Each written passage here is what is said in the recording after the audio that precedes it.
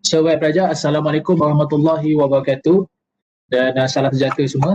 So, bagi kita memulakan kelas online pada pagi ini, kita buka dulu dengan umul kitab Al-Fatihah.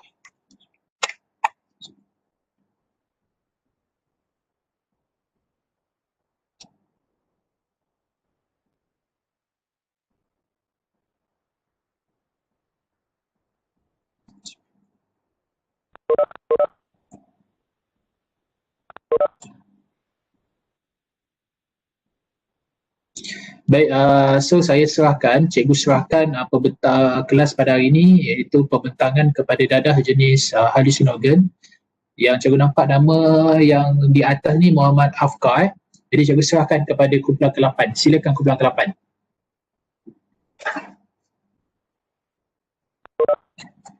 Maafkan cikgu, kumpulan ke-4, silakan.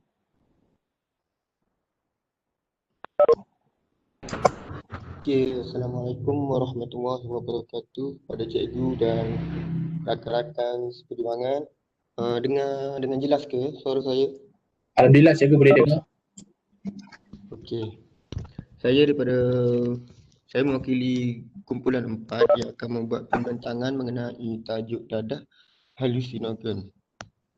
Okey. Next.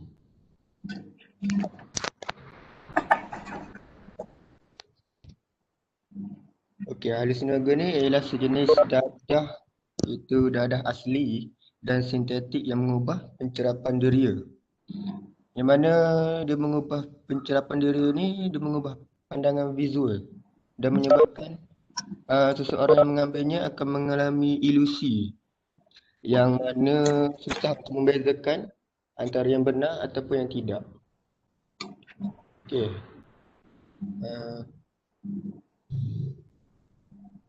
Dia juga dapat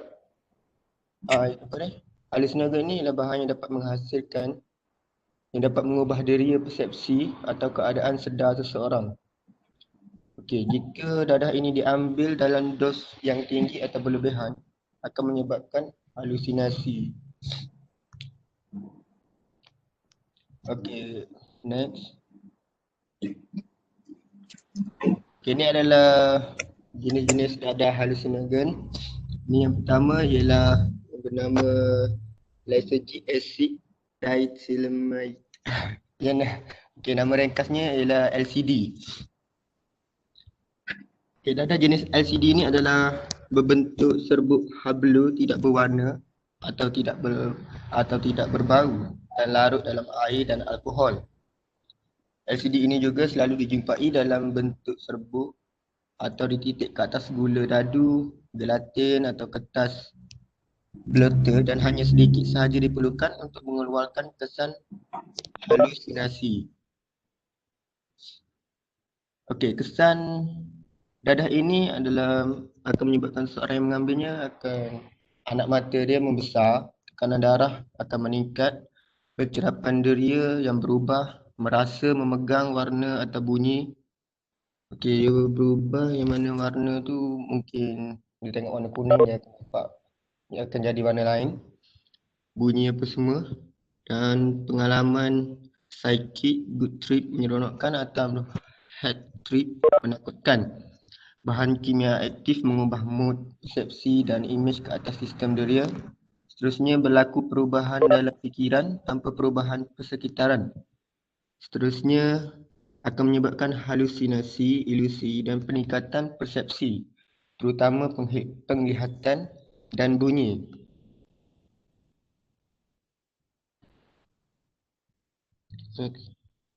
Okey, ini adalah jenis yang kedua ialah pensiklidin atau lebih dikenal dengan PCP. PCP ni dia adalah dadah yang menyerupai sejenis ubat bius.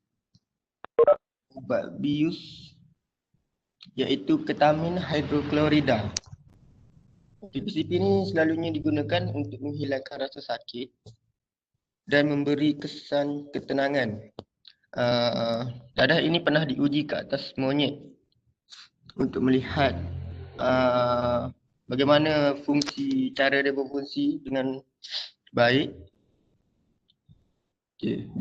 dadah ini lebih digunakan ke atas tujuan perubatan lah, yang mana untuk memberi bius ataupun penenang. Tetapi ia telah diharamkan kerana memberi kesan, ada kesan negatifnya, yang mana negatifnya ialah akan mengalami psikosis dan agitasi. Iaitu psikosis ni ialah gila dan agitasi ni ialah cepat marah ataupun meradang. Okey. Dan ia juga telah dihadkan kepada haiwan sahaja. Jika digunakan kepada orang mungkin akan lebih berbahaya. Terusnya dia juga akan jika seseorang yang mengambil PCP ni, jika bekalan tu terputus, dia akan mengalami sawan. Okey, mana bila stok dia sudah habis akan mengalami sawan lah. Di mana PCP ni akan memberi penindasan kepada fungsi otak dan rangsangan otak, iaitu euforia dan psikosis akut. Penagih PCP ini juga akan mengalami kesukaran untuk mengingat kerana fikiran mereka akan bercelaru, cepat lupa, pening dan takut.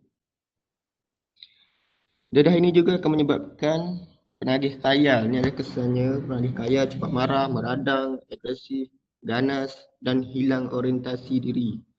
Pengambilan PCP juga membuatkan penagih rasa kebal sehingga mereka berani melakukan sesuatu yang mengancam nyawa sendiri. Mungkin dia akan contohnya dia akan mengambil barang alat-alat yang tajam untuk mencederakan diri sendiri. Okay. Kerana hilang kawalan. Okay, next. Okay, ni yang seterusnya ialah dadah jenis methyl. Okay, saya tak susah sikit nak sebut. Saya akan sebut nama glamour dia ialah MDMA. Itu MDMA ni dia meningkat sekitar tahun 1990, yang mana ia dikenali sebagai ecstasy dan molly, iaitu ubat sintetik psikoaktif dengan struktur kimia yang serupa dengan perangsang, iaitu metamfetamin dan halusinogen maskulin. Kebiasaannya dadah ini dijual di pesta larut malam, di kelab-kelab malam. Okay.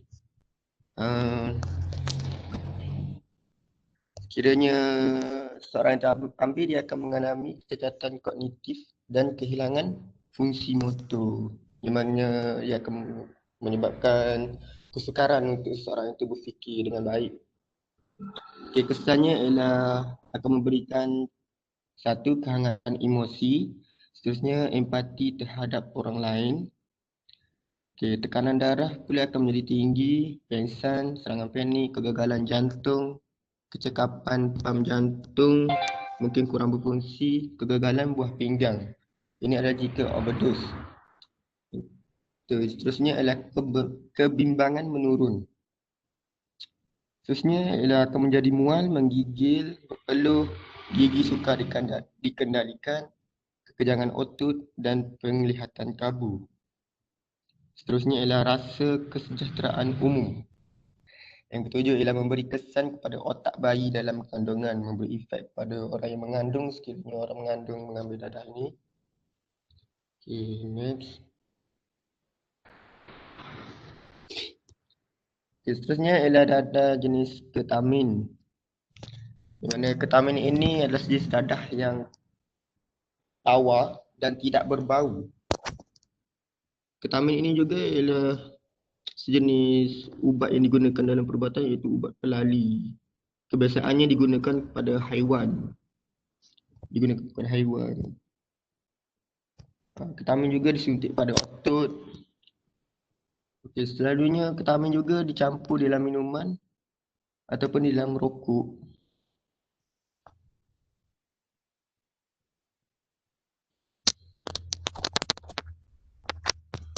Bukan itu saja, ubat ini juga digunakan utamanya untuk anestesia. Ketamin adalah dadah reaksi yang popular dalam kalangan golongan muda. Banyak golongan-golongan muda yang mengambil dadah ketamin ini. Selalunya ketamin ini ada di dalam rokok.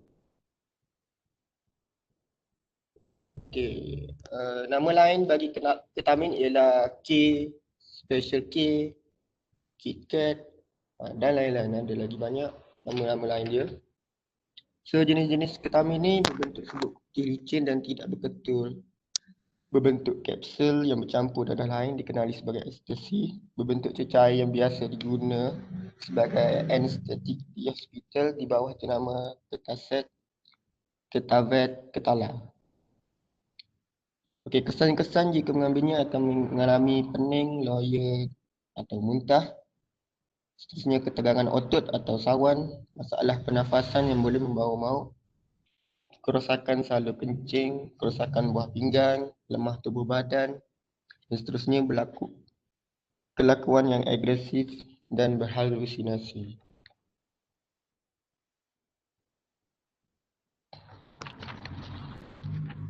Okey, kesan-kesan pengambilan ketamin ini ia ada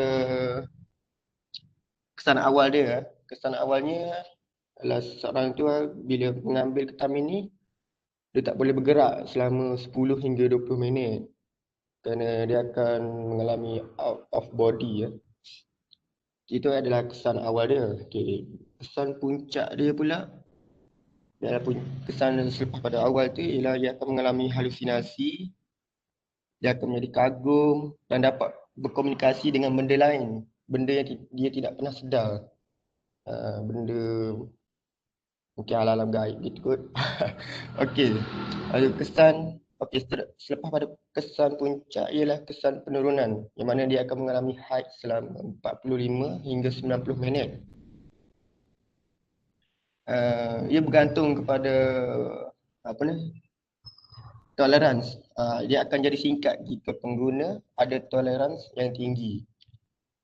Okey, kesan yang kemudian, kesan selepas kesan penurunan pengambilan ni ialah dia akan mengalami lesu, sakit dan dia juga akan masuk alam fantasi. Okay. Dia akan pergi ke alam lain lah, contoh dia naik ke bulan ke. Okey, kesan seterusnya ialah dia akan mengalami kesan ke atas otak. Okey. Dia akan dadah ketamin ni dia akan mengikat dan menghalang reseptor glutamate untuk melakukan proses berfikir dan ingat dengan baik. Okay, next.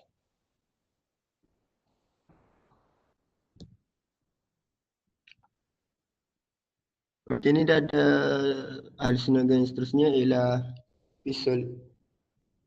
psilocybin dan psilocin. Okay. Psilocybin dan psilocin ni merupakan dia jenis cendawan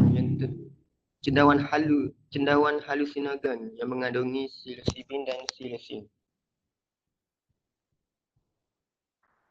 Okay, psilocybin ni ialah bahan aktif halusinogen yang kuat. Dia adalah senyinara yang kuat bahan aktif dia. Okey. Dia berbentuk cendawan yang mana dia digunakan sama ada dalam bentuk segar ataupun kering. Pengguna-pengguna yang selalu mereka menggunakanlah cendawan ni dengan mereka makan atau campur dalam minuman ataupun dibancur. Dia juga dikenali sebagai cendawan magic ya, cendawan magic. Di mana cendawan ni dipanggil cendawan magic kerana ya bila kita mengambil cendawan ni ia akan berasa seronok dan tidak sedar. Itulah.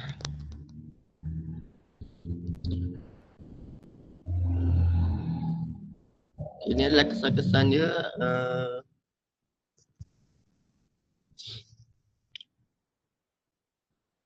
Kesan terhadap otak.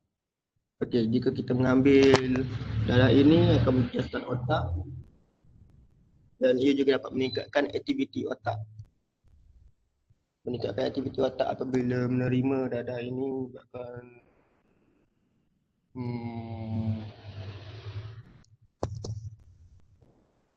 otak tidak mampu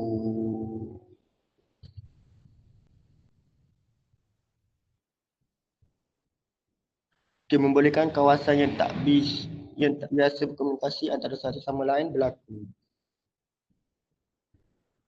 Seterusnya ialah keseronokan. Kesan dia dapat menjejaskan otak yang menyebabkan pengguna berasa terhubung dengan halusinasi yang bersemangat, termasuklah menjadikan bentuk, warna, rasa dan bau di sekeliling menjadi tidak menentu. Ialah kesan berkekalan. Dia adalah suatu perubahan personaliti yang mana satu faktor yang kurang diketahui. Ia mengubah kepribadian dan mood seseorang itu secara kekal. Kesan seterusnya ialah mimpi ketika sedar.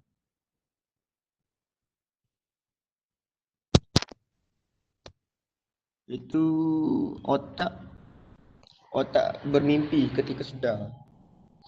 Otak kita akan bermimpi ketika sedar, iaitu peningkatan aktiviti dalam hippocampus dan anterior cingulate cortex, iaitu bahagian otak yang berurusan dengan emosi.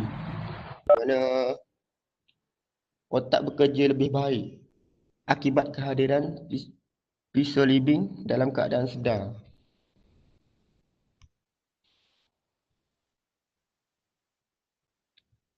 Lepas tu ialah kesan dia lebih intim dengan diri sendiri, iaitu membuatkan pengguna berasa lebih intim berkaitan dengan emosi tanpa halangan pemikiran logik. Ini kerana dapat mengurangkan fungsi otak di bahagian prefrontal cortex.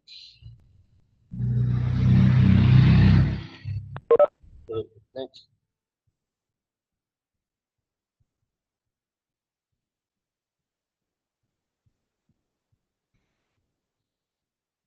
Ini adalah jenis dadah halusinagen yang terakhir, iaitu mescaline.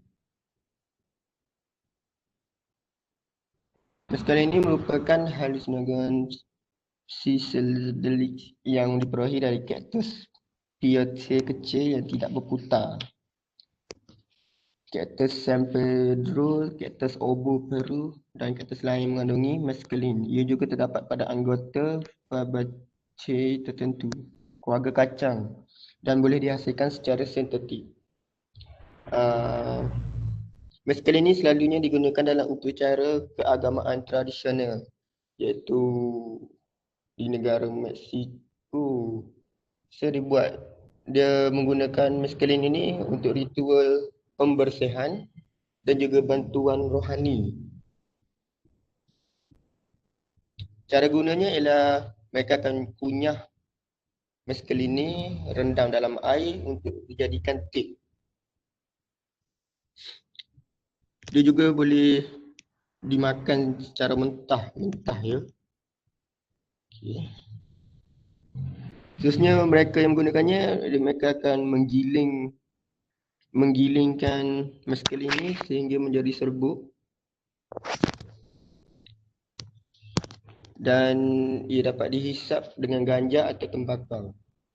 Okey, kesan-kesan jika seorang mengambil mescaline ini ialah kegelisahan dan ketakutan, degupan jantung akan menjadi kuat, pening, cirit-birit, berpeluh berlebihan, gegaran, loya, muntah, sakit kepala, kecederaan yang tidak sengaja, psikosis, anik dan paranoia, sawan. Seterusnya amnesia, hilang ingatan, gangguan persepsi. Seterusnya ialah kilas balik dan juga tindakan bunuh diri kerana mereka menjadi tidak terkawal. Okey, itu saja adalah perbincangan yang saya lakukan jenis dadah halusinogen. Jadi kumpulan 4. Sekian, terima kasih.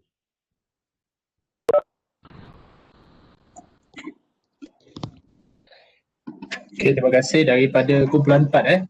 So ada soalan daripada sahabat-sahabat yang lain, silakan. Ni ada soalan daripada chat ni. Kesan MDMA, bagaimana yang dikatakan empati terhadap orang lain?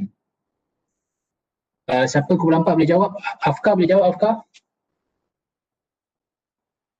Apa yang dimasukkan dengan empati terhadap orang lain? Bagaimana yang dikatakan empati orang lain, kesan MDMA?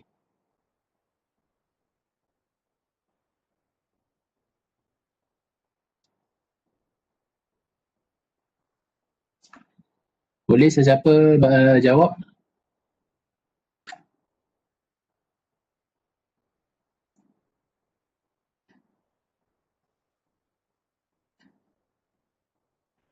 Afkar masih ada dalam talian dia? Ya, ya, ya.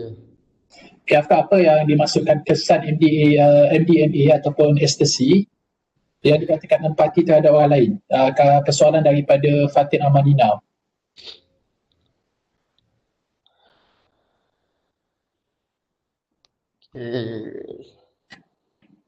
Ya, saya sedang berhubung dengan ahli kumpulan saya.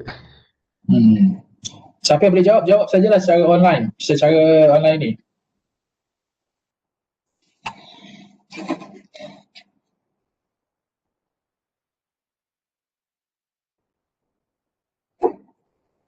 Jadi jangan ambil masa terlalu lama.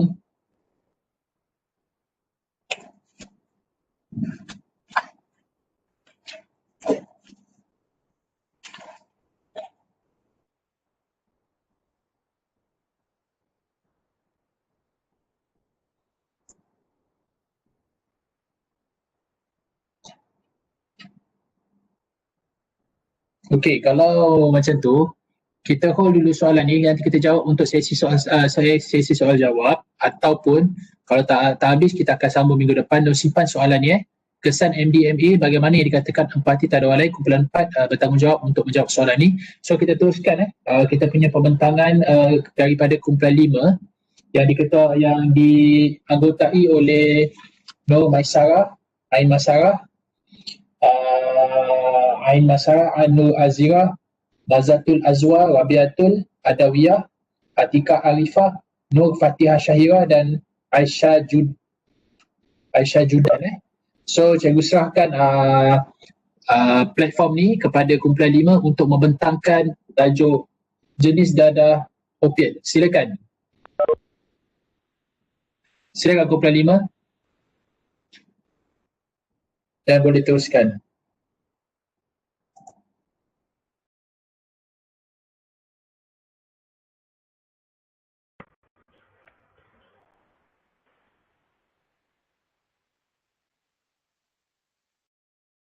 Okey, kumpulan 5 boleh teruskan.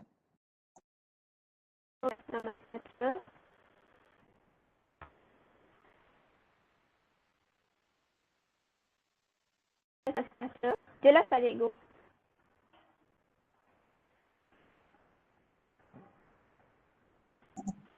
Okey, boleh dengar suara awak.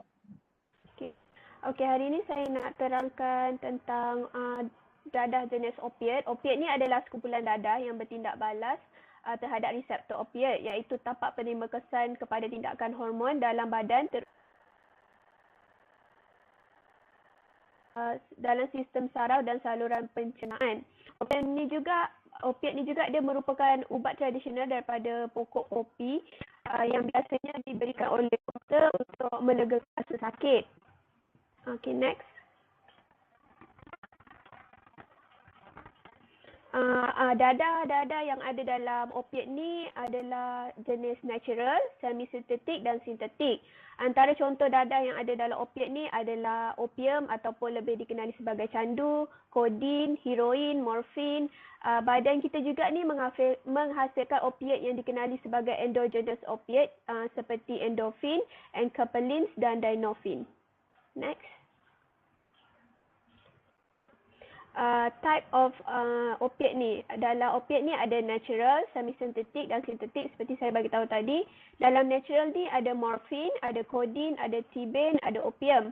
Dalam semi-sintetik pula heroin, hydromorphone, oxymorphone, oxycodone, buprenorphine. Lepas tu dalam sintetik pula ada methadone, tramadol, pyridine dan pentylene. Next. Okey, ini adalah perbezaan antara normal activity dalam otak manusia yang tidak mengambil opiat dan individu yang mengambil opiat dia agak terganggu sebabkan ada drugs opiat dalam otak seseorang itu. Okey, next. Okey, penting untuk kita tahu bagaimana tubuh kita ni mengawal rasa sakit. Tubuh manusia ni menghasilkan opiat iaitu sejenis bahan kimia semu jadi yang bertindak untuk mengawal kesakitan. Ia merangsang reseptor opiat pada sel-sel saraf untuk kurangkan rasa sakit dan buatkan individu yang mengambilnya tu rasa lebih tenang. Okay, next.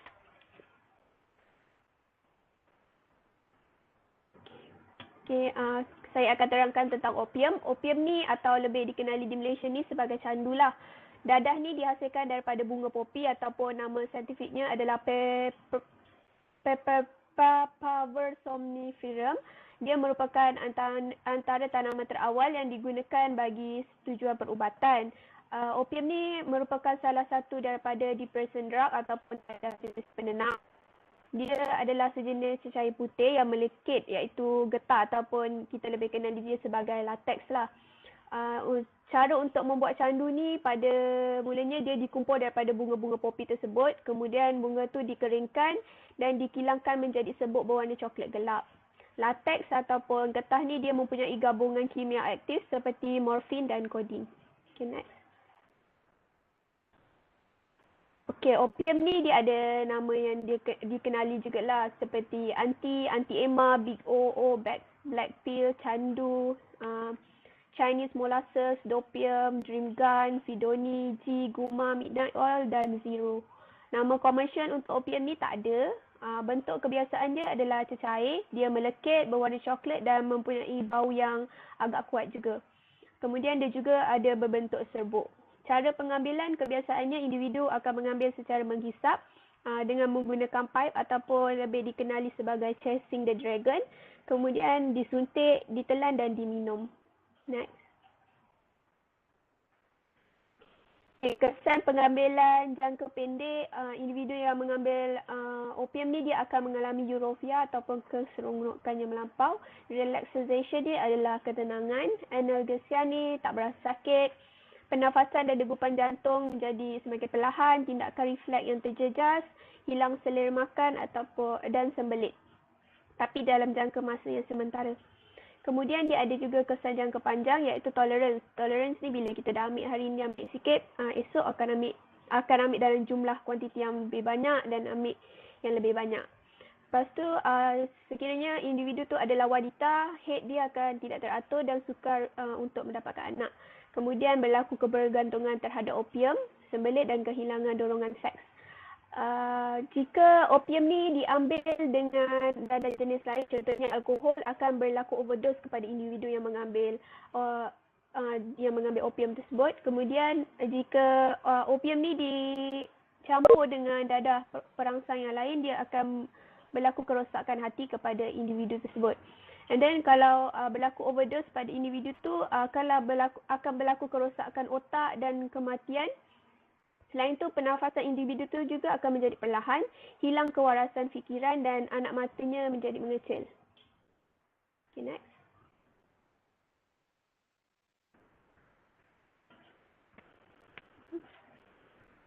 Boleh dengar ke?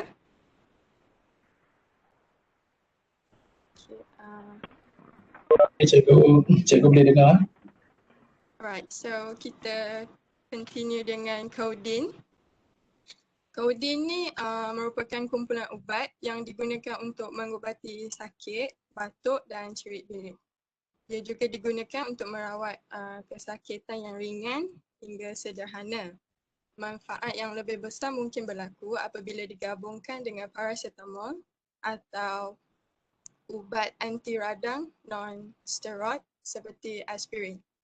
So, codeine juga digunakan untuk memberi kelegaan pada beberapa keadaan iaitu sakit ringan hingga sederhana, sakit yang kronik, batuk kering, cerit-berit dan sesama.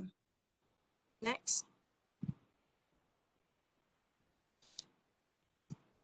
Okay, nama lain bagi codeine adalah Captain Cody, Lean, Schoolboy, Scissor, Purple Drank, ataupun kalau codeine diambil dengan glutathione juga dikenali sebagai Dors and 4 Lot, pancake syrup. So nama komersial dia adalah codeine. Bentuk kebiasaan dia dalam tablet, kapsul dan cecair. Cara pengambilan dia boleh disuntik, ditelan atau dicampur bersama soda. Okay, next. Dalam jangka pendek, dia akan dapat melegakan sakit lah. Batuk, dia akan menyebabkan kita mengantuk, mual, sembelit, euforia, memperlahankan pernafasan dan menyebabkan kematian jika diambil dengan dosage yang tinggi. Dalam jangka masa panjang, ia akan meningkatkan risiko overdose dan ketagihan jika disalahgunakan. Jika codeine diambil bersama alkohol, ia akan menyebabkan penurunan kadar denyutan jantung dan pernafasan yang membawa kepada koma atau kematian. So another health related issue adalah kehamilan.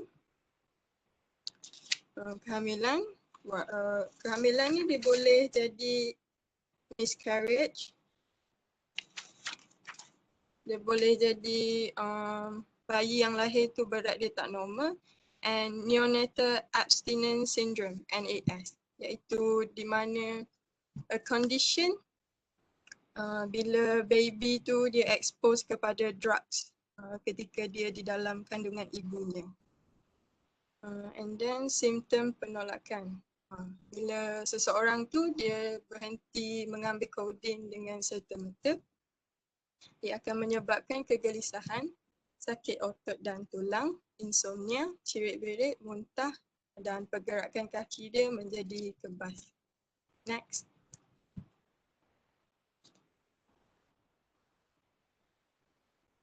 Okey, untuk heroin ni pula,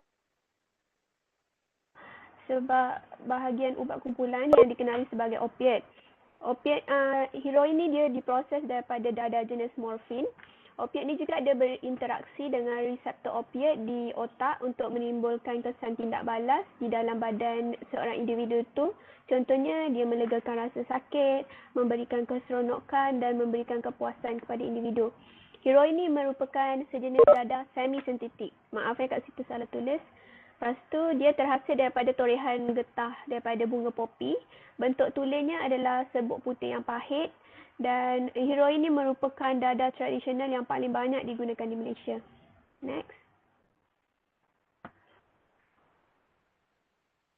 Okay, heroin ni juga dikenali sebagai brown sugar, China white ataupun Cina putih, dope, H-horse, junk skunk, smack, white horse. Jika heroin ni diambil dengan OTC dan antihistamin, dia lebih dikenali sebagai nama cheese. Ubatan OTC ni ataupun lebih dikenali sebagai macam ubat macam paracetamol tu adalah part of OTC lah.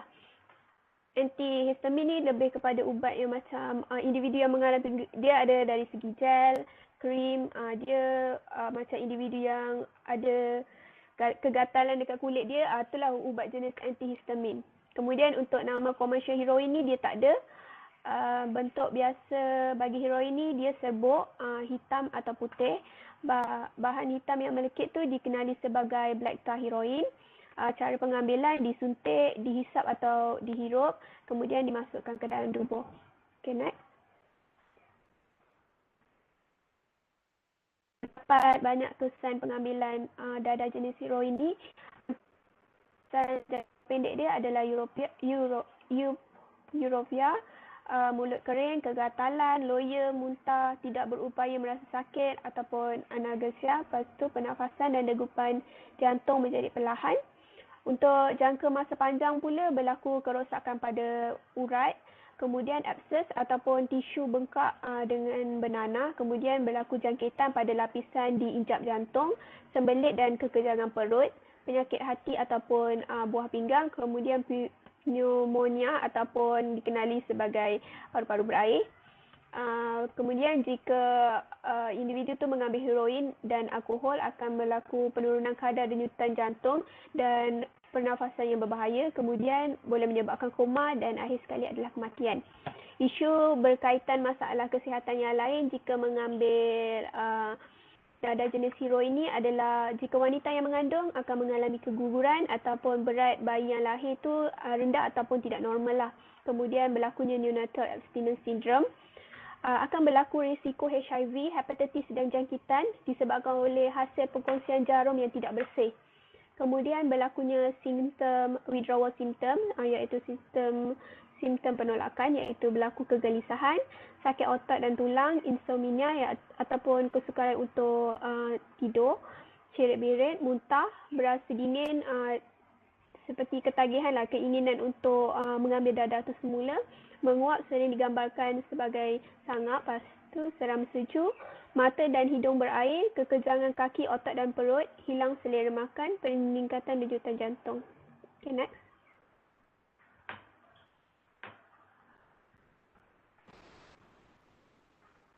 Okay, so this is the discovery of morphine. Dia dijumpai sekitar tahun 1805 hingga 1816 by a German pharmacist, nama dia Friedrich Wilhelm Settner. So as the story goes by, Settner dia dah berjaya isolatekan kristalin yang putih kekuningan daripada opium yang mentah. And then Settner dia try dia punya new discovery ni dekat beberapa ekor anjing, which anjing tu semuanya mati. And then dia try dekat diri dia and another 3 young boys. Lepas tu kemudiannya daripada dia punya eksperimen ni, dia mendapati apa? Dia mendapati yang ada efek lah, ada side effect macam in long term and short term. And then dia namakan dia punya new drug ni morphine, sempena dengan nama Morpheus, the Greek god of dream. Next. Okay, so morphine adalah opioid yang diperolehi secara semula jadi dalam tanaman popi juga. Morphine merupakan opioid semula jadi yang paling kuat. Dalam kategori natural opioid, morphine yang paling kuat lah. And then digunakan untuk melegakan tahap sakit yang sederhana hingga parah. Kebiasaannya selepas pembedahan atau kecederaan parah. Okay. Daripada morphine, lahirnya juga hydromorphone, oxymorphone and methadone. Next. Okay. Morphine juga dikenali dengan nama M, Miss Emma, Monkey and White Stuff. Nama komersial dia morphine, and bentuk kebiasaannya dalam tablet, cecair, kapsul and suppository. Suppository tu macam dalam gambar tu. Dia bentuk macam gitu, lepas tu dia akan dimasukkan ke dalam badan kita. Normally melalui bottom or rectum. And then bila dia dah masuk kat dalam tu, dia akan melt and dissolve dan akan melepaskan dia punya medicational use lah. And cara pengambilan dia boleh disuntik, ditelan dan dihidu. Okay, next. Kesan pengambilan morphine dalam jangka masa pendek, dia akan melegakan kesakitan, akan membuatkan kita mengantuk, mual, sembelit, euforia, pernafasan perlahan dan kematian. Dalam jangka masa panjang meningkatkan risiko untuk overdose atau ketagihan sekiranya disalahgunakan. Okay, isu berkaitan masalah kesihatan lain, kandungan dia pun akan keguguran, berat lahir yang tidak normal, and NAS tu tadi dah cakap. And then orang dewasa yang lebih tua, risiko penyalahgunaan yang tidak disengajakan. Risiko HIV, hepatitis dan jangkitan hasil perkongsian jarum. Jika morfin ini diambil bersama alkohol, dia akan menyebabkan penurunan kadar denyutan jantung dan pernafasan yang boleh menyebabkan koma atau kematian. And the withdrawal symptom is kegelisahan, sakit otot dan tulang, insomnia, cirit-birit, muntah, pergerakan kaki menjadi kebas. Next. Ni secara ringkas ni adalah antara rawatan yang boleh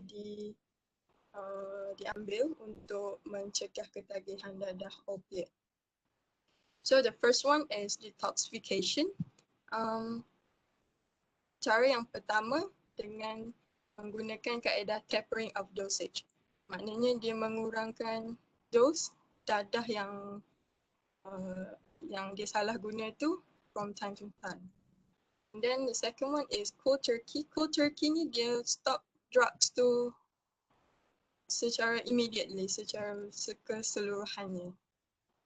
And then nama bagi cold turkey ni dia disebabkan oleh withdrawal symptom yang dialami bila penagih tu stop dadah tu secara immediately.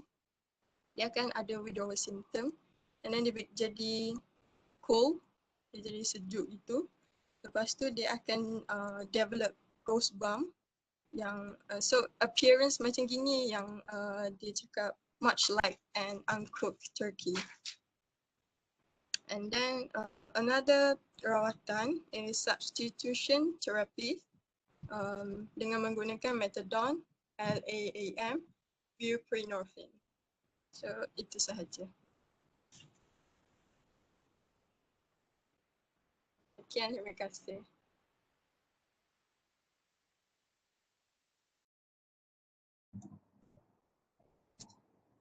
Baik, mungkin ada soalan daripada yang lain. So kita pergi balik kepada Afkar tadi. Bagaimana yang dikatakan empati terhadap orang lain? Mungkin kumpulan 4 boleh jawab, dan yang lain-lain jika hanya ada soalan boleh kemukakan dekat ruangan chat ataupun secara online, silakan.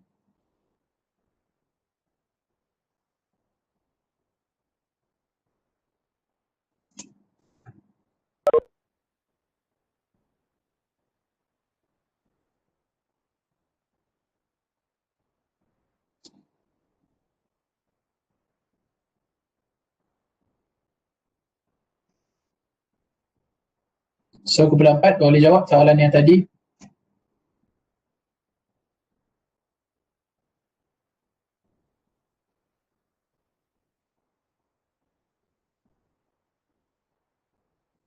Baik, yang lain ada soalan? Silakan.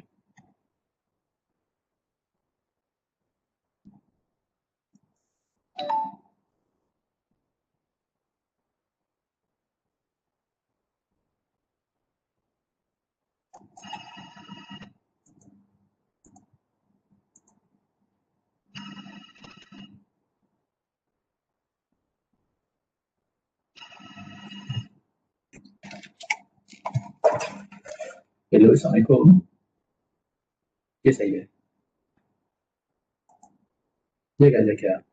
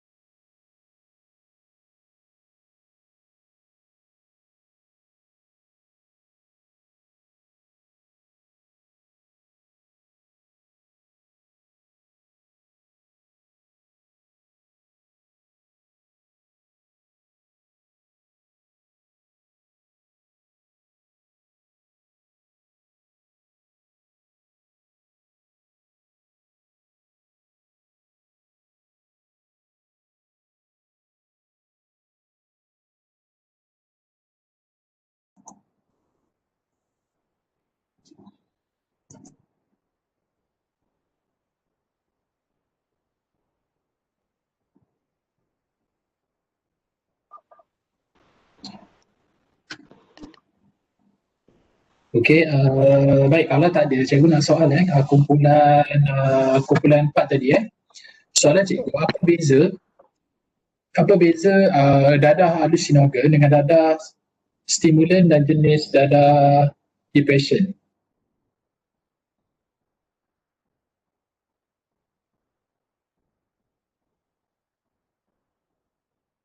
Siapa boleh jawab kumpulan 4, silakan.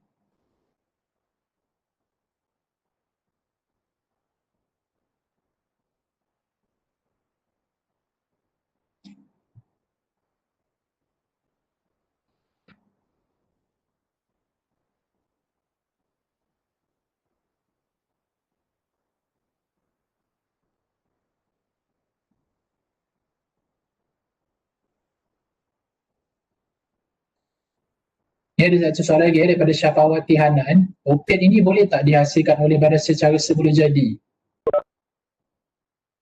Sila kumpulan 5. Yang ni cikgu rasa daripada kumpulan 5. Sila jawab kumpulan 5. Bagi peranan sains optik ni memang ada dalam setiap tubuh manusia normal. Okey. Dia merupakan reseptor yang ada, reseptor yang dia merupakan tapak penerima reseptor dalam badan manusia. Jelas tak ni?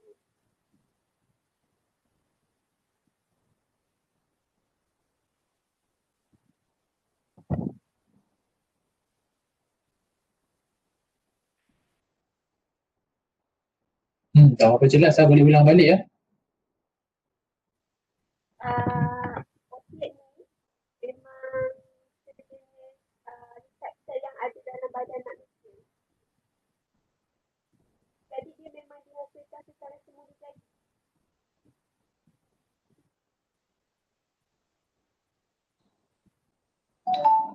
Okey, untuk soalan opiat tu boleh tak dihasilkan dengan badan secara semula jadi? Dia macam ni dalam otak kita dia ada satu neurotransmitter yang memang dia hasilkan dalam otak kita, memang Allah jadikan dalam otak kita boleh menahan sakit. Jadi dia tahan sakit. Jadi bila kita tahan sakit, biasanya opiat yang dihasilkan secara boleh jadi dalam neurotransmitter dipanggil sebagai ekapalin dan endorfin.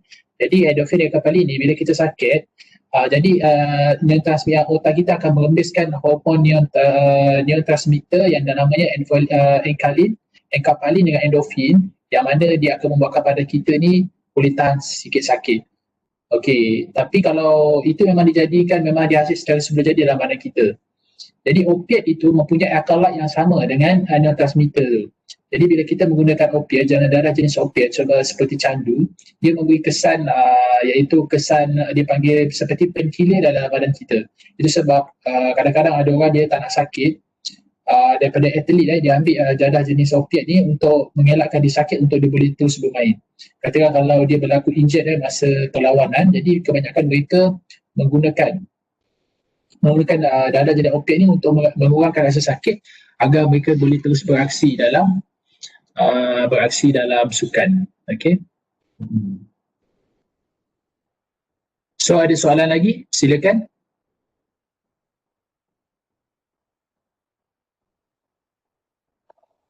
Assalamualaikum Doktor. Cikgu, saya nak jawab, saya dari kumpulan 4 nak jawab soalan yang berkaitan empati tadi. Okey, silakan.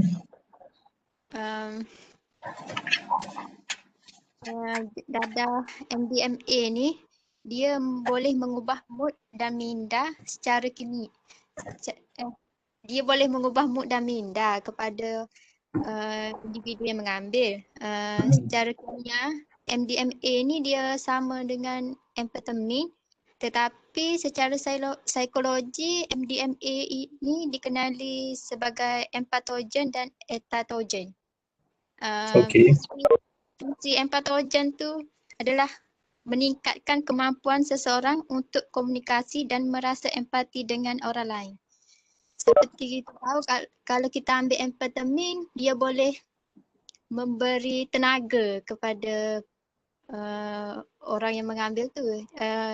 Bagi MDMA ni dia boleh meningkatkan kemampuan kita untuk merasa empati dengan orang lain lah. Contohnya macam mana tu? Contoh macam individu yang mengambil MDMA ni dia boleh memahami perasaan orang lain. Dia boleh berhubungan sosial dengan orang lain lah. Nanti awak check mana sumber awak dapat Sumber mana yang awak guna Dekat Google. Sumber Google daripada sumber mana?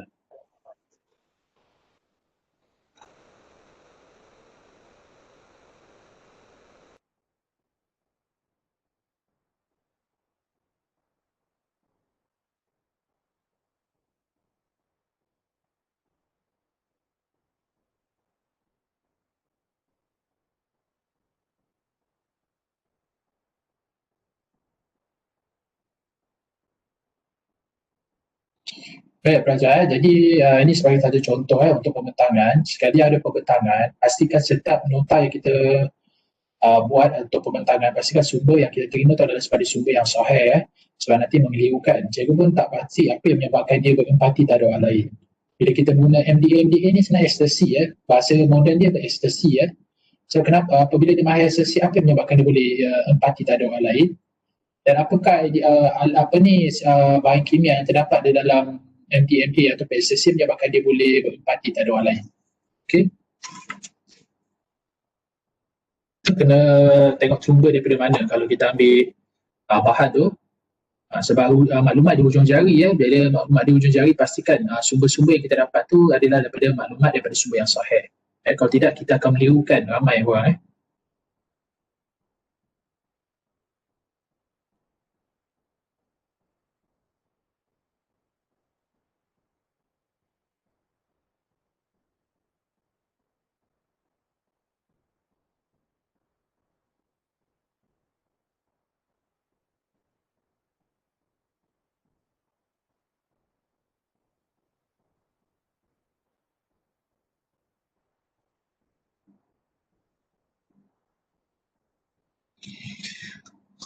Okey, so ada apa-apa lagi soalan? Silakan. So kita dah kumpulan 4 dan 5 So kita akan sambung lagi untuk minggu depan, kumpulan 6, 7 dan seterusnya kumpulan 10. So jika tak ada, cikgu rasa kelas kita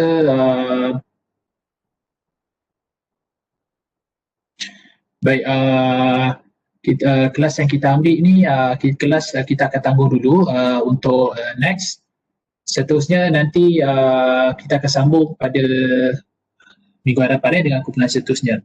So kita tunda dengan tasbih kifayah dan suratul As.